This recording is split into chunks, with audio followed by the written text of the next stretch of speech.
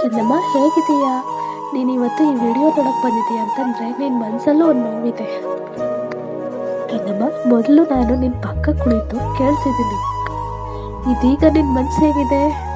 ಕನ್ನಮ್ಮ, ನೀನು ಗಟ್ಟಿಯಾಗಿ ಉತ್ತರ ಕೊಡಬೇಕಾಗಿಲ್ಲ, ಹಾಗೇನೆ ನಗು ಹಾಕಬೇಕಾಗಿಲ್ಲ, ಸ್ಟ್ರಾಂಗ್ ಆಗಿ ಕಾಣಿಸ್ಕೊಳ್ಬೇಕಾಗೂ ಇಲ್ಲ. ಯಾಕಂದ್ರೆ ಕನ್ನಮ್ಮ, ಬ್ರೇಕಪ್ ಆದ ನಂತರ ಮನಸ್ಸು ಚೆನ್ನಾಗಿರ್ಲೇಬೇಕು ಅನ್ನೋ ನಿಯಮ ಇಲ್ಲ. ನಮ್ಮ ಮನಸ್ಸಿಗೆ ತುಂಬ ನೋವಾಗ್ತಿದೆ, ಎಲ್ಲ ಖಾಲಿ ಅನ್ನಿಸ್ತಾ ಇದೆ, ಯಾರನ್ನೂ ನೋಡೋ ಮನಸ್ಸಿಲ್ಲ ಅಂದರೆ ಅದು ಸಹಜ. ಅದು ನಿನ್ನ ತಪ್ಪು ಅಂತಲ್ಲ, ನಿನ್ನ ದುರ್ಬಲತೆ ಕೂಡ ಅಲ್ಲ.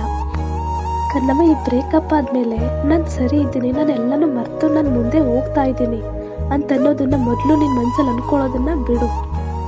ಕನ್ನಮ್ಮ, ಬಹಳ ಜನ ಏನು ಹೇಳ್ತಾರೆ ಗೊತ್ತಾ? ಬ್ರೇಕಪ್ ಆದ ವ್ಯಕ್ತಿ ಕೇಳಿದ್ರೆ ನನಗೆ ಏನೂ ಆಗಿಲ್ಲ ಅಂತಾರೆ, ಐ ಆಮ್ ಸ್ಟ್ರಾಂಗ್ ಅಂತಾರೆ, ನಾನು ಮೂವ್ ಆನ್ ಆಗಿಬಿಟ್ಟೆ ಅಂತಾರೆ. ಆದರೆ ಆ ನೋವು ರಾತ್ರಿ ಬಂದಾಗ ಮಾತ್ರ ಗೊತ್ತಾಗುತ್ತೆ. ಅದೇ ರಾತ್ರಿ ಬಂದಾಗ ಮನಸ್ಸು ಒಬ್ಬಟ್ಟಿಗನಂತೆ ಅಳ್ತಿರುತ್ತೆ.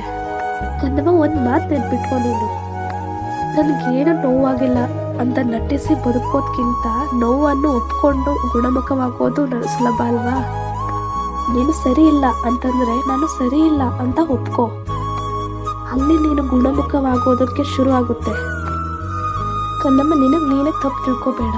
ಬ್ರೇಕಪ್ ಆದಮೇಲೆ ಯಾವಾಗಲೂ ಮನಸ್ಸು ಒಂದೇ ಪ್ರಶ್ನೆ ಕೇಳ್ತಾ ಇರುತ್ತೆ, ನಾನು ಇನ್ನಷ್ಟು ಆ ವ್ಯಕ್ತಿನ ಉಳಿಸ್ಕೊಳ್ಳೋಕ್ಕೋಸ್ಕರ ಏನಾದರೂ ಮಾಡಬೇಕಿತ್ತ? ನಾನು ಅಷ್ಟೊಂದು ಕೇರ್ ಕೊಡಲಿಲ್ವಾ ಆ ವ್ಯಕ್ತಿಗೆ ನಾನು ಬೋರಿಂಗ್ ಆಗಿಬಿಟ್ನಾ?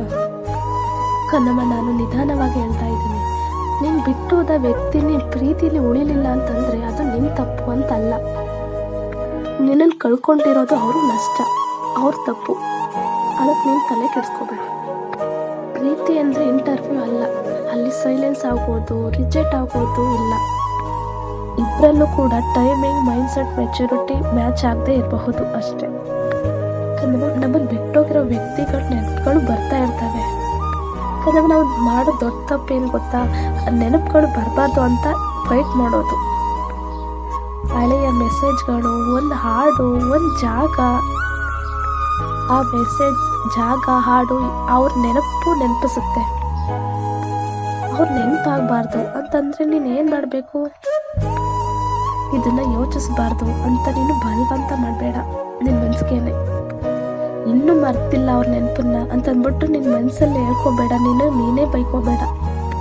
ಕನ್ನಮ್ಮ, ಅವ್ರ ನೆನಪುಗಳು ಬರಲಿ ಬಿಡು, ಸ್ವಲ್ಪ ನೋವಾಗುತ್ತೆ, ನಂತರ ಅದು ವಾಸಿ ಆಗುತ್ತೆ. ನೀನು ನೆನಪುಗಳನ್ನು ತಳ್ಳಬೇಡ, ಅವು ಇನ್ನೂ ಬಲವಾಗಿ ಹಿಂತಿರುಗ್ತವೆ. ಕನ್ನಮ್ಮ, ಒಂಟಿತನ ಮತ್ತು ಖಾಲಿತನದಲ್ಲಿ ವ್ಯತ್ಯಾಸ ಇದೆ, ಅದನ್ನು ನೀನು ಅರ್ಥ ಮಾಡ್ಕೊ. ನೀನು ಇವಾಗ ಒಂಟಿ ಆಗಿದೀಯಾ ಇಲ್ಲ ಅಥವಾ ಖಾಲಿ ಆಗಿದೀಯಾ? ಒಂಟಿತನ ಅನ್ನೋದು ಯಾರೂ ಇಲ್ಲ ಅನ್ನೋದು, ಹಾಗೇನೆ ಕೂಡ ಖಾಲಿತನ ಅನ್ನೋದು ಯಾರೋ ಇದ್ದು ಹೋದ ಜಾಗ. ಅದನ್ನು ನೀನು ಅರ್ಥ ಮಾಡ್ಕೊ. ಬ್ರೇಕಪ್ ಆದಮೇಲೆ ಬರೋದು ಖಾಲಿತನ. ಆದ ತಕ್ಷಣ ಆ ಜಾಗವನ್ನು ಯಾರಾದರೂ ತುಂಬಬೇಕು ಅಂತ ಅನ್ಕೋಬೇಡ. ಅದು ಹೀಲ್ ಆಗಬೇಕು, ತುಂಬ ಬಾರದ್ದು, ಅದು ಗುಣಮುಖವಾಗಬೇಕು. ಕನ್ನಮ್ಮ, ಮೂವ್ ಆನ್ ಅನ್ನೋ ಒತ್ತಡ ಬೇಡ. ಜನ ಏನೋ ಹೇಳ್ತಾರೆ, ಮೂವ್ ಆನ್ ಆಗು, ಫರ್ಗೆಟ್ ಮಾಡು, ಸ್ಟ್ರಾಂಗ್ ಆಗಿರು. ಅವರು ಈ ಥರ ಹೇಳೋರೆಲ್ಲ ನೋವಿನಲ್ಲಿ ಇರಲ್ಲ.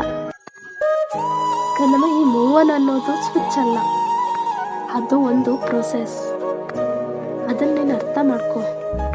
ಕೆಲವೊಮ್ಮೆ ಕನ್ನಮ್ಮ, ಮುಂದೆ ಹೋಗೋದು ಅಂತಂದರೆ ಸ್ವಲ್ಪ ಹಿಂದೆ ನೋಡುವುದು. ನೀನು ಮೂವ್ ಆನ್ ಆಗ್ತಿಲ್ಲ ಅಂತಂದರೆ ನೀನು ಸ್ಟ್ರಕ್ ಅಲ್ಲ, ನೀನು ಇನ್ನೂ ಹೀಲ್ ಆಗ್ತಿದೀಯ, ಗುಣಮುಖವಾಗ್ತಾ ಇದೀಯ. ಕನ್ನಮ್ಮ, ನಿನ್ನ ದಿನಚರಿಯಲ್ಲಿ ಒಂದು ಸಣ್ಣದೊಂದು ಬದಲಾವಣೆ ಮಾಡು. ದೊಡ್ಡ ಮೋಟಿವೇಶನ್ ಏನು ಬೇಡ, ಇದು ಒಂದು ಮಾಡು. ಬೆಳಗ್ಗೆ ಎದ್ದು ಕೂಡಲೇ ಫೋನ್ ನೋಡಬೇಡ. ಒಂದು ಕಪ್ ಟೀ ಅಥವಾ ಕಾಫಿ ಜೊತೆ ಮೌನ. ದಿನಕ್ಕೆ 10 ನಿಮಿಷ ನಿನ್ನ ಜೊತೆ ನೀನು ಮಾತಾಡು. ನಿನ್ನ ಮನಸ್ಸಿಗೆ ನೀನು ಕೇಳ್ಕೊ, ನಿನಗೆ ಇವತ್ತು ಏನು ಬೇಕು? ನಿನ್ನ ಒಳಗಿನ ಮನಸ್ಸು ಅದು ಸ್ಟ್ರೆಂತ್ ಕೇಳಬಹುದು, ಇಲ್ಲ ರೆಸ್ಟ್ ಕೇಳಬಹುದು, ಅದು ಸೈಲೆನ್ಸ್ ಕೇಳಬಹುದು. ಕೊಡು, ನಿನ್ನ ಮನಸ್ಸಿನ ಮಾತನ್ನು ಕೇಳು. ನಿನ್ನ ಮನಸ್ಸು ಏನು ಕೇಳುತ್ತೆ ಅದನ್ನು ಕೊಡು. ಕಂದಮ್ಮ ಹಾಗೇನೆ ನಿನ್ನ ಮೌಲ್ಯವನ್ನು ಮತ್ತೆ ನೀನು ನೆನಪಿಸ್ಕೊ. ಪ್ರೀತಿಯಲ್ಲಿ ನಾವು ಏನು ಮಾಡ್ತಿದ್ದೀವಿ, ನಮ್ಮ ಮೌಲ್ಯವನ್ನು, ನಮ್ಮ ವ್ಯಾಲ್ಯೂವನ್ನು ಇನ್ನೊಬ್ಬರ ವರ್ತನೆಯ ಮೇಲೆ ಅಳತೆ ಮಾಡ್ತಿದ್ದೀವಿ. ಆ ವ್ಯಕ್ತಿ ನಮ್ಮನ್ನು ಇಗ್ನೋರ್ ಮಾಡಿದ್ರೆ ನಾನು ವರ್ತ್ಲೆಸ್, ಆ ವ್ಯಕ್ತಿ ದೂರ ಹೋದ್ರೆ ನಾನು ಏನೋಗಲ್ಲ. ಇದು ದೊಡ್ಡ ಸುಳ್ಳು.